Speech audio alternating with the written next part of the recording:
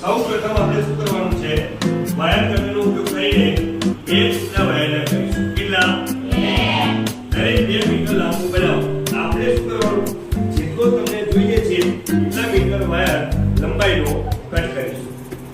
પ્રથમ પગલું આ થઈ ગયું. બીજું, તમારી પાસે વાયરના 2 ટુકડા છે. કેટલા ટુકડા? 2. ચલો 2 છે તો ગયા. ઓકે. દરેક વાયર 2 મીટર લાંબો છે. કેટલા મીટર? ને દૂર કરી બે ટર્મિનલ છે અને રૂટ બે ટર્મિનલ એટલે બંને હશે ના એના ટર્મિનલ ને શું કરવાનું છે? ઇન્સ્યુલેશન. આજે વાયર ઉપર છે ઇન્સ્યુલેશન કહેવાય. એને કટ કરીને વાયર ને આપણે છોડીશું એવું કહીએ છીએ. બરાબર? એ ઇન્સ્યુલેશન કવર દૂર કરી વાયર ને બલ્બ હોલ્ડરમાં જોડીશું. આ બે વાયર આપણે ક્યાં જોડ્યા? હોલ્ડરમાં કનેક્શન આપ્યું. બરાબર છે?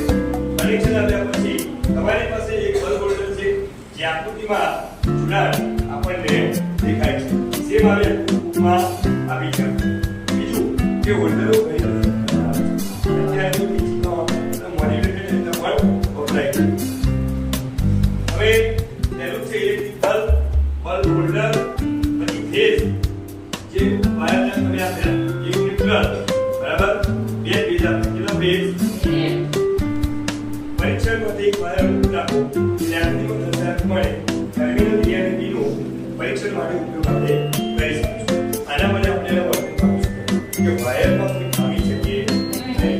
જો વધારે વોલ્ટેજ હોય તો વાયરમાં કોઈ ખામી પણ સર્જાઈ શકે. બાકીના એના પછી